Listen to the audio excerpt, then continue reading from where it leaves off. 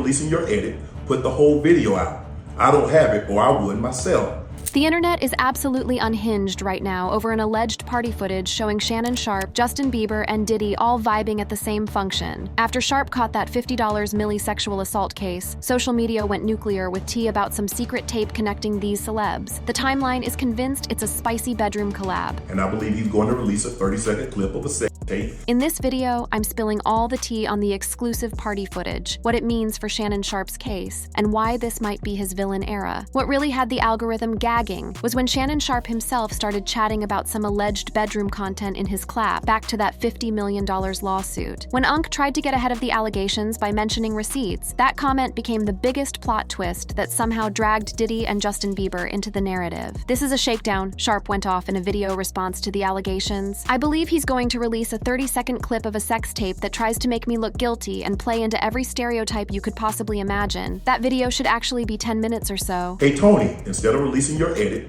put the whole video out. I don't have it, or I would myself. The comment section was straight up unhinged, connecting dots that weren't even in the same multiverse. Sharpe talking about some video evidence somehow got mixed up with all that resurfaced footage of Justin Bieber and Diddy from back in the day, creating this whole fan fiction that all three of them were caught in 4K in some wild party situation. Let's keep it 100. There is zero evidence of any party footage with Shappon Sharpe, Justin Bieber, and Diddy together. These are completely different main character arcs that Twitter and TikTok decided to cross over because the algorithm is living for the chaos. So let's touch grass and get into what's actually the tea with Shappon Sharpe's situation, based on facts, not cap. On April 21st, 2025, a female identified in court as Jane Doe hit Shappon Sharpe with a civil lawsuit in Clark County, Nevada. Shorty's looking for over $50 million in damages and is accusing the NFL legend and ESPN talking head of assault, sexual battery, sexual battery, and emotional distress. According to the paperwork, the plaintiff linked up with Sharpe at an LA gym back in 2023 when she was 19 and he was pushing. Their situation, which she described as rocky but consensual at first, supposedly got controlling and abusive during their almost 2-year entanglement. She claims Sharpe sexually assaulted her multiple times, specifically pointing to incidents in October 2024 and January 2025. The lawsuit was filed by Tony Busby, an attorney who's been in the mix with mad high-profile cases against other celebs, including Deshaun Watson, Jay-Z, and Diddy himself. It's worth noting that Busby's lawsuit against Jay-Z got tossed, and Hav is now countersuing him,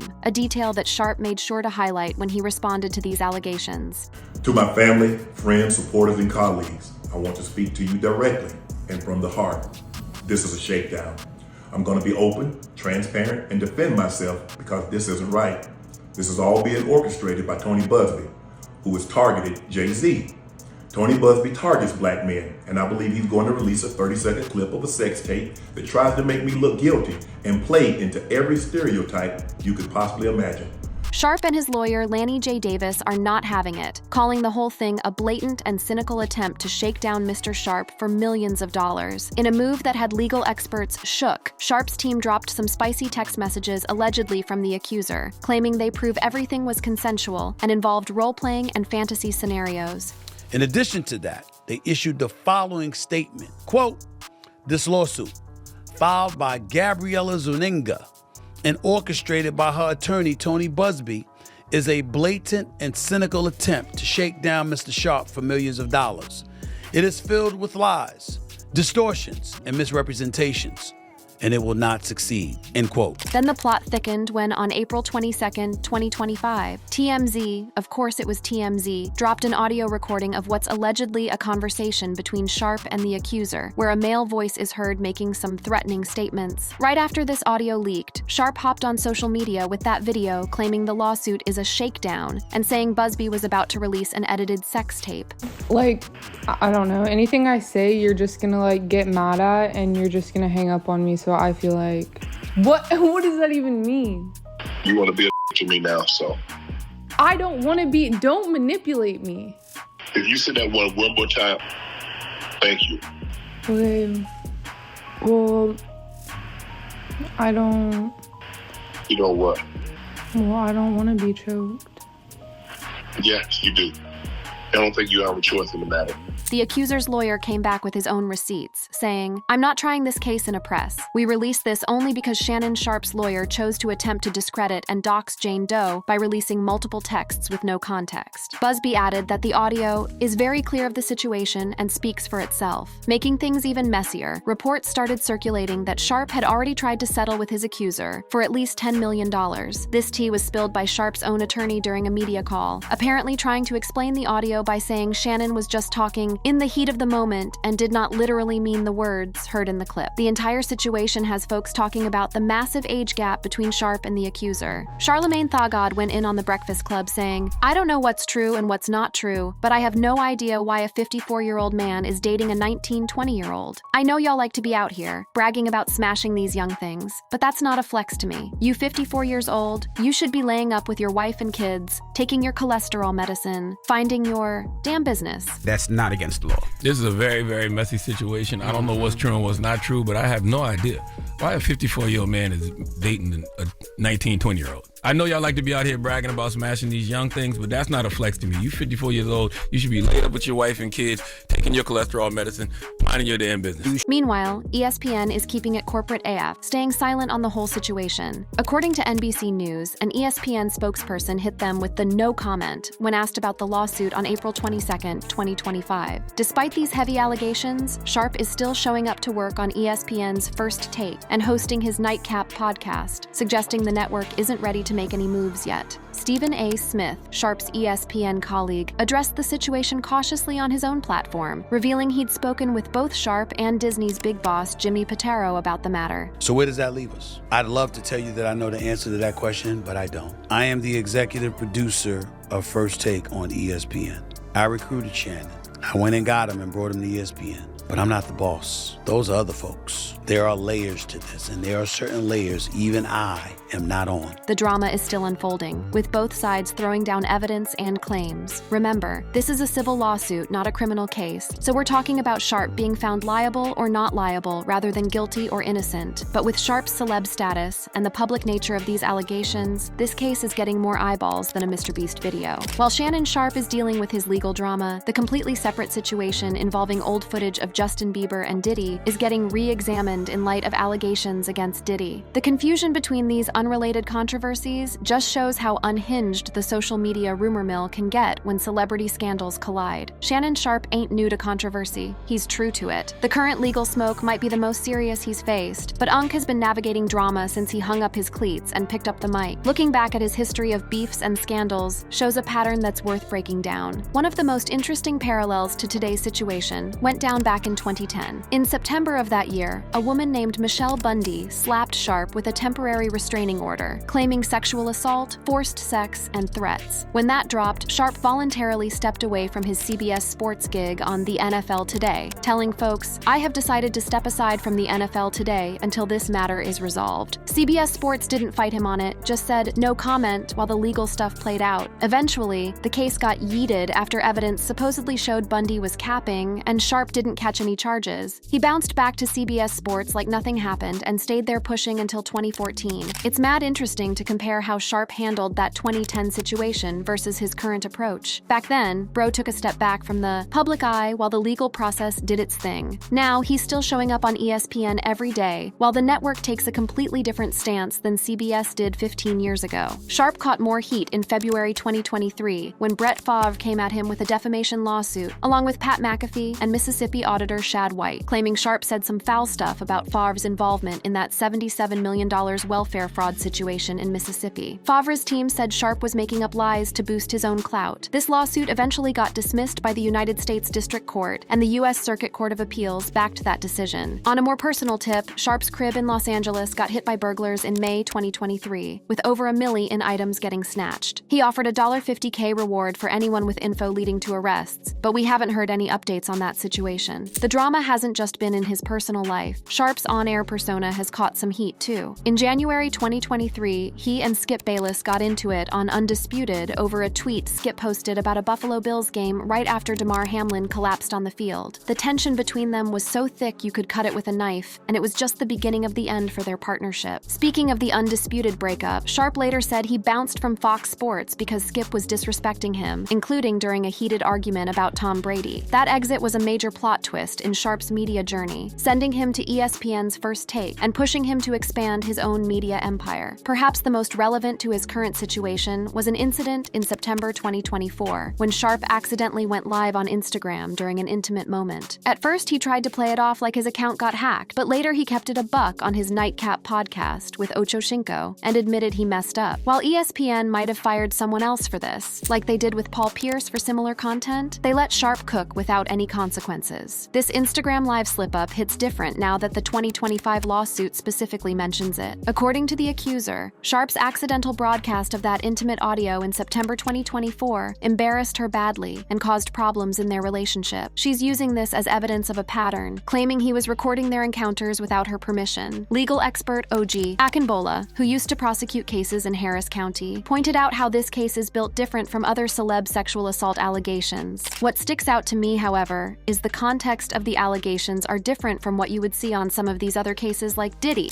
right? Or Cosby, who was putting in date rape drugs in several victims' drinks. In this case, she's saying this is a consensual relationship. We had a lot of consensual sex, and on these 2 or 3 separate occasions, it just so happens that it wasn't consensual. Now, I'm not saying that that's not a thing, and that these situations don't happen within the context of consensual relationships, but I do think it's going to be a lot difficult to prove it, because it begs the question, if it happened one time in October of 2024, how did it then happen again in January of 2024? Akinbola also talked about how this could wreck Sharpe's public image, regardless of how the lawsuit plays out. This case reminds me so much of the Johnny Depp case. I mean, assuming these allegations are not true, right? It still took a major hit on Johnny Depp's career. Even when he went to trial and he was vindicated, he lost that role. And so my concern for Shappon Sharpe is even if these allegations are not proven to be true, he may take a significant hit on that beloved stature that he has with the American public. Looking at Sharpe's history of navigating controversies shows a dude who's survived public scandals before, but with different approaches each time. From stepping away in 2010 to aggressively defending himself in 2025, his strategy has evolved as his profile has grown and the media landscape has changed. What makes the timing of this lawsuit extra spicy is that it dropped just days before reports came out that Sharpe was about to sign a massive podcast deal, potentially worth up to $100 million.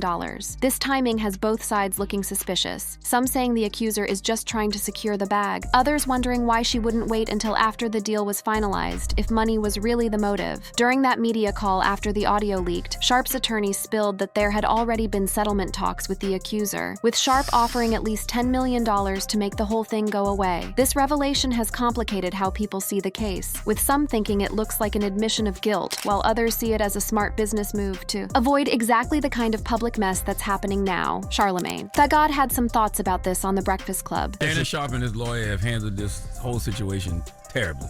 First of all, if you're saying to Sharpe, you shouldn't be saying anything. Busby and this young woman got audio, video, and text messages. If you know all of those things are out there, you should shut the F up and continue to allow your lawyer to do his job. And your lawyer said out of his own mouth that you was close to a $10 million settlement with that girl. DJ Envy had a different take. Yeah, or you're just scared. Yeah, honestly, you're just probably scared. Throughout all these controversies, Sharpe has somehow managed to keep leveling up in the media game. Even after bouncing from Undisputed, he secured the bag at ESPN's First Take and blew up his independent media presence with podcasts like Club Shay Shay and Nightcap. His ability to weather storms and come out stronger has been his superpower in the cutthroat sports media world. But these current allegations hit different than previous drama. The combination of serious sexual assault claims, explicit evidence getting aired out publicly, and changing attitudes about power dynamics in relationships has created the perfect storm that could derail Sharpe's entire career trajectory. As ESPN and the sports media world figure out how to handle these allegations, Sharpe is trying to defend himself legally while saving his public image and professional opportunities. How this lawsuit plays out and whether Sharpe can navigate the PR nightmare will likely determine if this controversy becomes just another chapter in his complicated media story or the beginning of the end of his time in the spotlight. Shappon Sharpe's rise from the bottom to the top of the game is one of those hood to Hollywood stories that inspires a generation. Born June 26, 1968 in Chicago, but raised in the small town of Glenville, Georgia, Sharpe started his journey far from the bright lights and big checks he's known for today. Even though though he was eating in high school as an all-state athlete in football, basketball, and track, major college programs weren't checking for him. Instead of going DI, Sharpe had to prove himself at Savannah State University, a Division II school, where he balled out from 1986 to 1989. The stats don't lie. 192 receptions, 3,744 yards, and 40 touchdowns during his college run, leading the squad to a 7-3 record in 1988 and an impressive 8-1 record in 1989. Sharpe dominated so hard at Savannah State that he racked up 3 All-Southern Intercollegiate Athletic Conference selections, got named SIAC Player of the Year in 1987, and earned recognition as a Kodak Division II All-American in 1989. His jersey number 2 got retired by Savannah State in 2009, and he was inducted into the Division II Football Hall of Fame that same year. Despite putting up goated numbers in college, the NFL scouts weren't convinced. In the 1990 NFL Draft, Sharpe got picked in the 7th round, 192nd overall, by the Denver Broncos, basically an afterthought in the league's eyes. His NFL dreams almost ended before they started. Coaches reportedly had his name on the cut list during his rookie season. After struggling for 2 seasons as a receiver, Sharpe switched to tight end, a move that changed everything. In 1992, he leveled up, leading the Broncos with 53 receptions for 640 yards and earning his first Pro Bowl nod. That was just the beginning of a legendary run that included 8 Pro Bowls, 1992 to 1998, 2001, and 4 first-team All-Pro selections, 1993, 1996, 1997, 1998. Over his 14-year NFL career, Sharpe collected 3 Super Bowl rings, 2 with the Denver Broncos and 1 with the Baltimore Ravens. When he hung up the cleats, he was the NFL's all-time leader among tight ends in receptions, 815, receiving yards, 10,060, and receiving touchdowns, 62, and the first tight end to crack 10,000 receiving yards. For his legendary grind, Sharpe got his gold jacket on August 6, 2011, with his induction into the Pro Football Hall of Fame, cementing his legacy as one of the greatest to ever do it at tight end. His journey from being slept on in the draft to rocking a gold jacket became the foundation for his media persona, always speaking from the perspective of someone who had to earn everything the hard way. After retiring from the NFL in 2003, Sharpe took his talents to the media game, joining CBS Sports' The NFL Today as a commentator. He put in work at CBS for almost a decade before linking up with Fox Sports 1 in 2016 to co-host Skip and Shannon Undisputed with Skip Bayless. The show blew up thanks to their heated debates and Sharpe's charismatic, no-filter personality. When Sharpe bounced from Undisputed in 2023, he quickly landed at ESPN, where he joined First Take as a recurring panelist before securing the bag with a multi-year contract extension in June 2024. On top of his ESPN check, he built his own media empire through podcasts like Club Shay Shay and Nightcap with Chad Ochocinco-Johnson. Club Shay Shay in particular turned into a cultural moment, especially after that January 2024 interview with Cat Williams that had the entire internet in shambles with wild claims about other comedians and the entertainment industry. Then the podcast's success peaked when it won the Outstanding Society and Culture podcast at the 2025 NAACP Image Awards, proving Sharpe had officially crossed over from sports to mainstream entertainment. But just when everything was looking up, these sexual assault allegations hit like a wrecking ball. The $50 million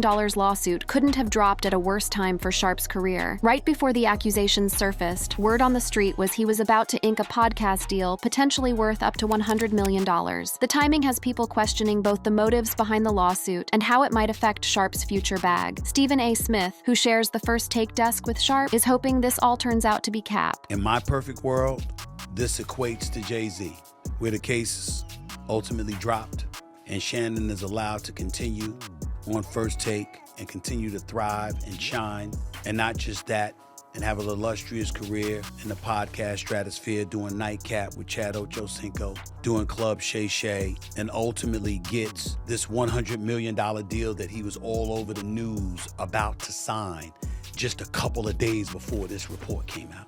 In my perfect world, he moves on, and somehow, some way, we find this all to be false. But it doesn't seem like that's the way things are about to go down, considering who Mr. Busby is and how emphatic his client is proclaiming that she is right As of now, ESPN hasn't made any public moves against Sharpe. He's still showing up on First Take and hosting his podcasts, suggesting the network is waiting to see how things play out before making any decisions about his future. This approach is completely different from how CBS handled his 2010 situation, where he stepped away during a similar controversy. Legal experts are saying that regardless of how the lawsuit turns out, the public nature of these allegations and all the receipts being shared could have lasting consequences for Sharpe's career. Defense attorney Oji Akinbola compared it to Johnny Depp's defamation case, noting that even though Depp won in court, his career took major L's in the process. How this affects Sharpe's ESPN bag will probably depend on several factors: the legal outcome, public reaction, and pressure from advertisers and sponsors. If he's found liable, ESPN might cut ties to distance themselves from the controversy. Even if he beats the case, the public might still side-eye him, affecting his credibility and marketability. Beyond ESPN, Sharpe's independent hustles could also take a hit. The success of Club Shay Shay and Nightcap relies heavily on Sharpe's public image and his ability to pull high-profile guests. If his reputation gets tarnished, those opportunities might start drying up, and that rumored $100 million podcast deal could vanish into thin air. It's worth noting that while Sharpe's media career might be on the ropes, his NFL achievements and Hall of Fame status are probably secure. The Pro Football Hall of Fame rarely strips memberships based on off-field issues unless criminal convictions are involved. Still, these allegations could change how fans and the NFL community view his character, potentially overshadowing everything he accomplished on the field. The next few months will be crucial for Sharpe as he navigates both the legal process and the court of public opinion. His future in the media game hangs in the balance, dependent on everything from court evidence to social media reactions to how media companies handle allegations of misconduct. Throughout this mess, Sharpe has maintained his innocence, calling the lawsuit a shakedown orchestrated by attorney Tony Busby, who he claims is targeting black men. His aggressive clapback, including dropping those explicit text messages allegedly from his accuser, has been criticized by media folks who think he should have kept it more low-key for legal reasons. The sports media world is watching this case closely, wondering how networks and platforms should respond when on-air talent catches serious allegations. How ESPN handles Sharpe's situation could set the tone for future cases, influencing how the industry addresses similar controversies. For viewers and fans, especially in the black community where Sharpe has become an icon, these allegations force a difficult conversation about separating the content from the creator, or in this case, athletic and broadcasting achievements from personal behavior. The case also highlights the power imbalance that can exist between established celebrities and much younger admirers. That 35-year age gap between Sharpe and his accuser has been a major point of criticism, with commentators like Charlemagne questioning why a man in his 50s would be sliding into DMs with someone young enough to be his daughter, regardless of whether it's legal. As this story continues to unfold, it serves as a reminder that in the social media age, reputations built over decades can get absolutely dragged in a matter of days. Shannon Sharpe's journey from small-town Georgia to the pinnacle of sports media could potentially be overshadowed by allegations that, if proven true, would forever change how people view his legacy. Whether Sharpe can maintain his spot at the top amid these serious allegations remains to be seen. What's clear is that his response to this crisis, both legally and in the court of public opinion, will determine whether his rise to fame continues or whether this controversy marks the beginning of his flop era. The wild rumors connecting Shannon Sharpe, Justin Bieber, and Diddy through some made-up party footage show how quickly fake news can spread in today's social media ecosystem. While there's zero evidence of any footage showing these three together, the very real legal issues facing Sharpe and the separate scrutiny of historical footage showing Bieber and Diddy have created a perfect storm of speculation and cap. As Sharpe's legal battle plays out, and as society continues to re-examine interactions between powerful figures and younger stars, the importance of separating facts from fiction becomes even more crucial. The real human impact of these controversies,